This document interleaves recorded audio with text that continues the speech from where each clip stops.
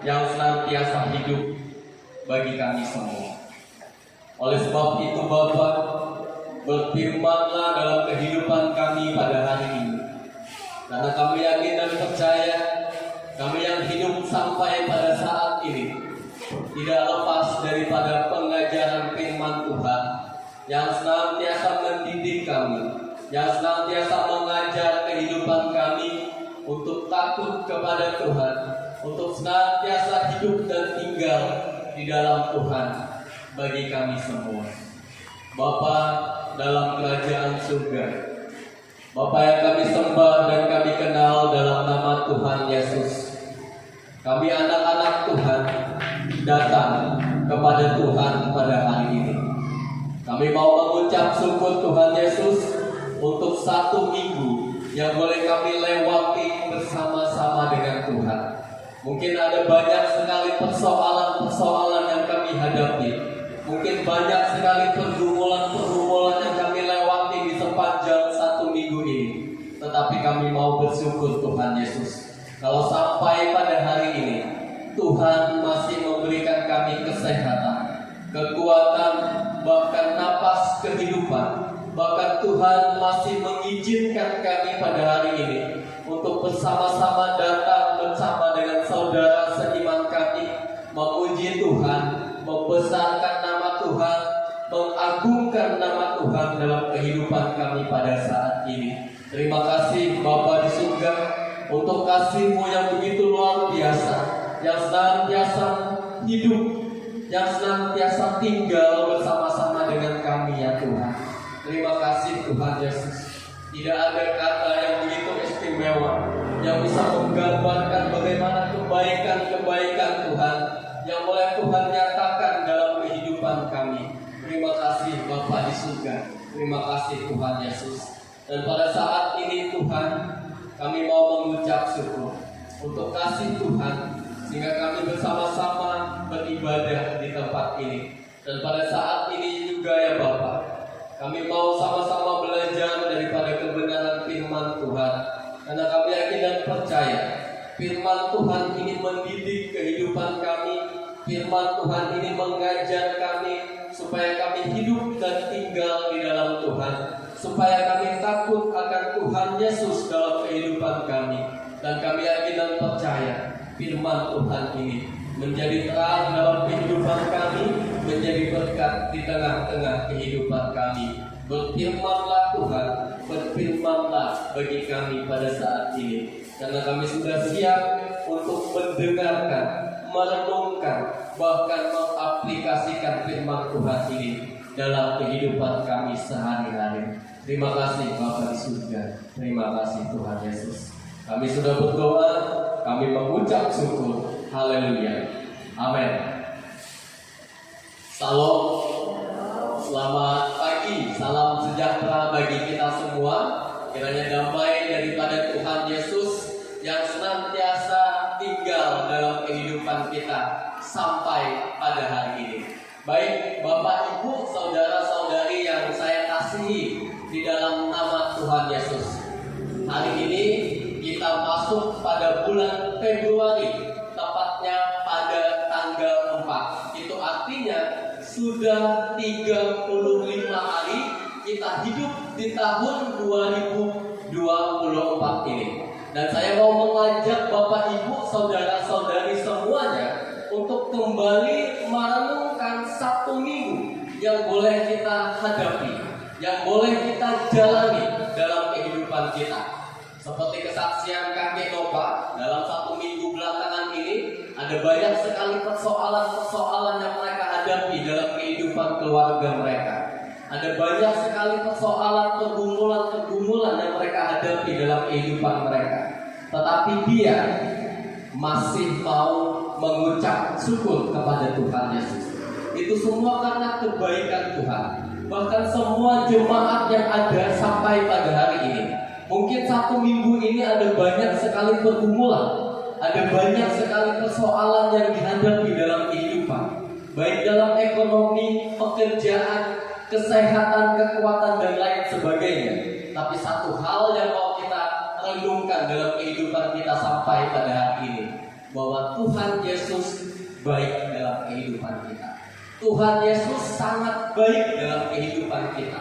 Bahkan sampai pada hari ini Tuhan masih mengizinkan kita untuk hidup. Tuhan masih mengizinkan kita untuk bernapas, masih dalam keadaan sehat seperti sedia kalanya. Itu adalah berkat Tuhan yang tidak pernah ada habisnya dalam kehidupan kita. Baik Bapak Ibu, saudara-saudari yang saya kasihi dalam nama Tuhan Yesus, setelah kita ditempa dengan berbagai persoalan, pekerjaan, ekonomi, kesehatan dan kekuatan dan lain sebagainya, sudahkah kita menjadi orang-orang Kristen yang dewasa sampai pada hari ini? Pada hari ini kita mau belajar tentang bagaimana kehidupan seorang Kristen dewasa, bagaimana kehidupan seorang anak-anak Tuhan dewasa di dalam Tuhan. Kita mau mempelajarinya bersama-sama. Mari kita buka dalam Ibrani pasal 5. Ibrani pasal 5 ayatnya yang ke-11 sampai dengan ayatnya yang ke-14. Kita mau melihat bagaimana kehidupan orang-orang Kristen yang dewasa di dalam Tuhan. Jadi kita mau merenungkan kembali, apakah kita sudah dewasa hidup di dalam Tuhan? Bahwa kita sudah mengenal Tuhan dari sekolah minggu, pemuda-pemudi, bahkan sampai orang tua, bahkan sampai pada hari ini kita mau melihat kembali kehidupan kita masing-masing. Bapak, Ibu, saudara-saudari yang ada pada saat ini, bahkan saya juga yang ada pada hari ini, kita mau belajar sama-sama. Bagaimana sih kehidupan seorang Kristen yang dewasa di dalam Tuhan? Kita membaca mulai dari ayatnya yang ke-11 sampai dengan ayatnya yang ke-14. Kita membacanya secara silih berganti. Saya akan membacakan ayat yang ke-11, sedangkan Bapak Ibu, saudara-saudari akan membacakan ayat yang ke-12 dan seterusnya. Ayat yang ke-11 di sana dikatakan, tentang hal itu banyak yang harus kami katakan, tetapi yang sukar untuk dijelaskan, karena kamu telah lamban dalam hal mendengarkan. Sebab sekalipun kamu ditinjau dari sudut waktu, sudah seharusnya menjadi pengajar. Kamu masih perlu lagi diajarkan kata-kata pokok dari kenyataan Allah, dan kamu masih memerlukan susu, bukan makanan beras. Sebab barang siapa masih memerlukan susu, ia tidak memahami tentang ajaran tentang kebenaran, sebab ia adalah anak kecil. Tetapi makanan beras adalah untuk orang-orang dewasa yang telah mempunyai bahasa indra yang kuat untuk membedakan yang baik daripada yang jahat. Amin. Demikian jauh pembacaan firman Tuhan pada hari ini. Baik Bapak Ibu, sesuai dengan tema firman Tuhan pada hari ini, 3 penanda dewasa secara rohani. Jadi kita akan melihat poinnya satu persatu pada hari ini, karena firman Tuhan mengajarkan kepada kita ada 3 hal atau 3 penanda seseorang dewasa secara rohani. Kalau kita membaca dalam konteks sebelumnya, di sini ada pengajaran tentang Tuhan Yesus di dalam umatnya pada waktu itu. Tetapi kita akan melihat bagaimana firman Tuhan ini berbicara di dalam kehidupan kita pada hari ini. Jadi Ibrani pasal 5 ayat 11 sampai dengan ayat yang ke-14 ini mengajarkan kepada kita tentang kedewasaan kita secara rohani. Kalau kita melihat, kalau kita memperhatikan kata dewasa, mungkin dewasa ini dalam pola pikir, atau ketika orang itu sudah lanjut usia, sudah umur 30, 40 dan lain sebagainya, dia dikategorikan sebagai orang dewasa. Tetapi bagaimana dengan pola pikirnya? Bagaimana dengan tingkah lakunya? Bagaimana dengan kehidupannya pada hari ini? Terutama kita membahas tentang kedewasaan secara rohani. Jadi seseorang dianggap benar-benar dewasa bukan karena tingginya melebihi tinggi orang tuanya atau postur tubuhnya yang lebih besar daripada kebanyakan. Orang disebut dewasa bukan hanya secara fisik dia bertumbuh, tetapi juga memahami dan cara berpikirnya. Sebutan dewasa tidak melulu terkait ukuran angka kualitatif, atau seseorang dewasa tidak tergantung berapa usianya, tidak tergantung berapa tinggi badannya, tidak tergantung berapa jauh perjalanan kehidupannya. Tetapi orang dewasa bertumbuh dewasa secara rohani tidak dilihat dari berapa lama dia telah menjadi Kristen. Kalau kita memperhatikan mungkin para lansia yang ada di gereja ini dikategorikan sebagai orang-orang yang sudah dewasa secara rohani. Tetapi bagaimana dengan kehidupan mereka secara pribadi? Sudahkah mereka dewasa secara rohani? Bisa saja pemuda-pemudi atau anak-anak sekolah minggu sudah dewasa secara rohani.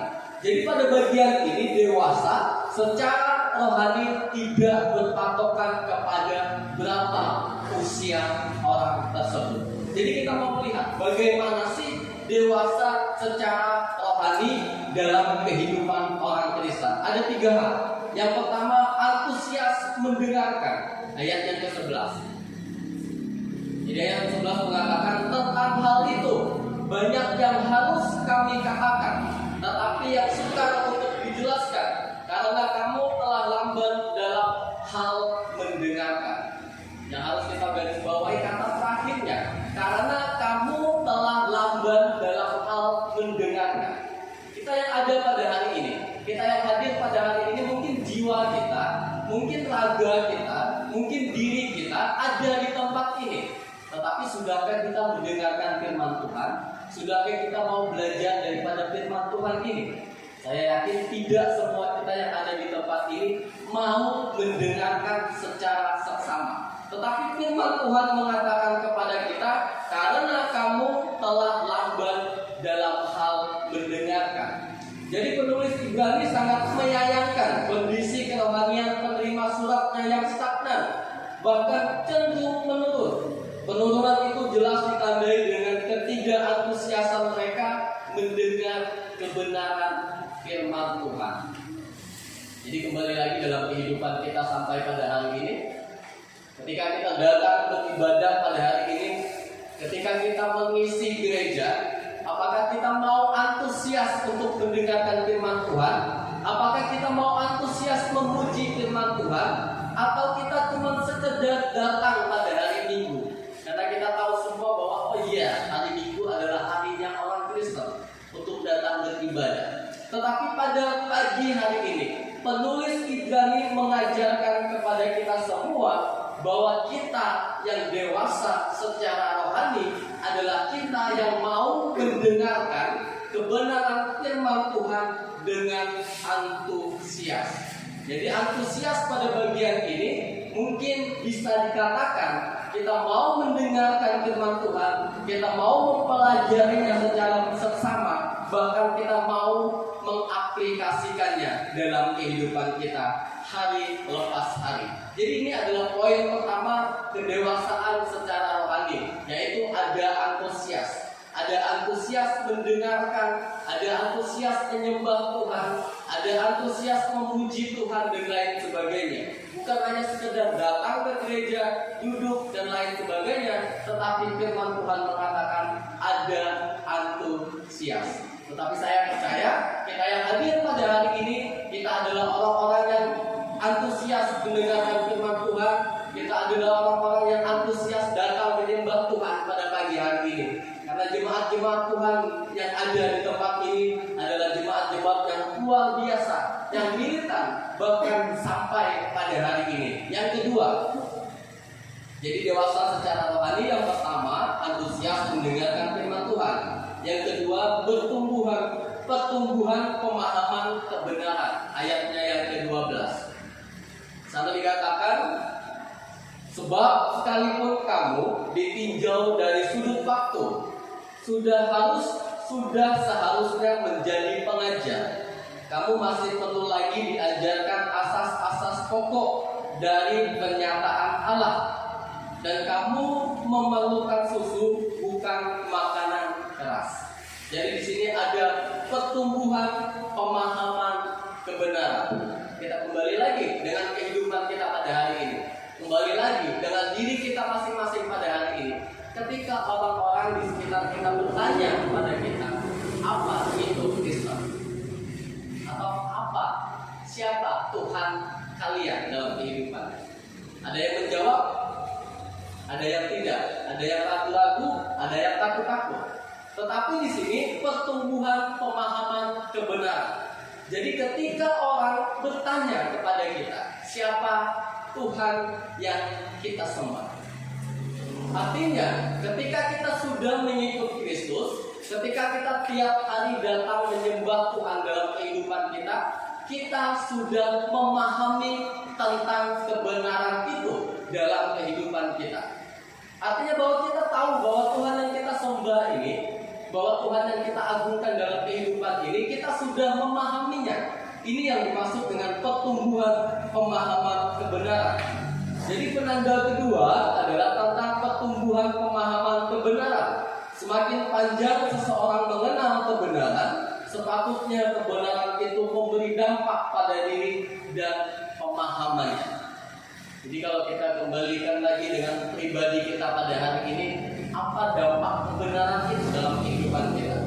Apa dampak kebenaran itu dalam pertumbuhan kita secara rohani pada bagian ini? Penulis Ibrani mengatakan dalam ayat yang ke-12, kamu masih perlu lagi diajarkan asas-asas pokok dari pernyataan Allah. Ayat yang bagian yang ke bawah ini sebenarnya dapat melihat kehidupan kita, dan kamu masih memerlukan susu, bukan makanan keras. Nah, kamu masih memerlukan susu. Artinya kedewasaan rohani kita pada hari ini, apakah kita masih seperti anak-anak kecil yang masih perlu diajarkan, mengeja dan lain sebagainya, atau kita menjadi orang-orang rohani, orang-orang yang dewasa secara rohani, yang sudah memahami tentang kebenaran itu dalam kehidupan kita. Itu yang kedua. Yang ketiga dan terakhir, memiliki panca indera terlatih. Jadi orang dewasa tidak lagi mengonsumsi makanan bayi, sebab selain kandungan nutrisi yang dibutuhkan orang dewasa, jauh lebih banyak dari makanan bayi. Ayat yang ke-13 sampai dengan ayat yang ke-14, di sana dikatakan, sebab barang siapa masih memerlukan susu, ia tidak memahami ajaran tentang kebenaran, sebab ia adalah anak kecil. Ayat yang ke-14, tetapi makanan keras adalah untuk orang-orang dewasa, yang karena mempunyai panca indera yang terlatih untuk membedakan yang baik daripada yang jahat. Jadi kedewasaan secara rohani pada bagian ini bisa dilihat apakah kita memiliki panca indera yang terlatih dalam kehidupan kita. Artinya dalam ayat yang ke-14, yang karena mempunyai panca indera yang terlatih untuk membedakan mana yang baik daripada yang jahat, atau untuk membedakan yang baik daripada yang jahat. Jadi kedewasaan rohani pada bagian ini ada 3 hal yang diajarkan oleh Ibrani dalam kehidupan kita. Yang pertama, orang yang dewasa secara rohani adalah orang-orang yang sudah mengalami banyak sekali persoalan-persoalan dalam kehidupannya, pergumulan-pergumulan dalam kehidupannya, tetapi dia tidak meninggalkan Tuhan. Dia senantiasa mengarahkan kehidupannya kepada Tuhan. Semakin ditempa, maka dia akan semakin ikut Tuhan dalam kehidupannya. Jadi ada antusias untuk mendengarkan firman Tuhan atau kebenaran. Itu yang pertama. Yang kedua, ada pertumbuhan dalam kehidupannya. Artinya ketika kita datang kepada Tuhan, mungkin tahun ini kehidupan rohani kita seperti ini, mungkin minggu ini kehidupan rohani kita seperti ini, ada perubahan, tidak stagnan di situ saja. Itulah kedewasaan secara rohani dalam pertumbuhan akan kebenaran. Yang terakhir, memiliki panca indera. Ayat yang ke-14 dikatakan di sana, orang dewasa sudah tahu mana yang baik dan mana yang jahat dalam kehidupannya. Artinya kita yang hadir pada hari ini bukan lagi seperti anak kecil yang tidak bisa membedakan mana yang baik dan mana yang tidak baik. Artinya kita yang dewasa secara rohani sudah seharusnya mengonsumsi makanan-makanan keras. Kita tidak memerlukan susu lagi, kita tidak memerlukan bubur lagi untuk proses pertumbuhan dalam kehidupan kita. Karena kita adalah orang-orang Kristen yang dewasa secara rohani. Demikian firman Tuhan yang dapat saya sampaikan pada hari ini. Bila firman Tuhan ini mengajarkan kepada kita, oh iya, ternyata dewasa secara rohani itu seperti ini yang disampaikan oleh penulis Ibrani dalam kehidupan kita. Kita satukan hati, kita berdoa kepada Tuhan Yesus pada saat ini. Bapa di surga, Bapa yang kami sembah dan kami kenal dalam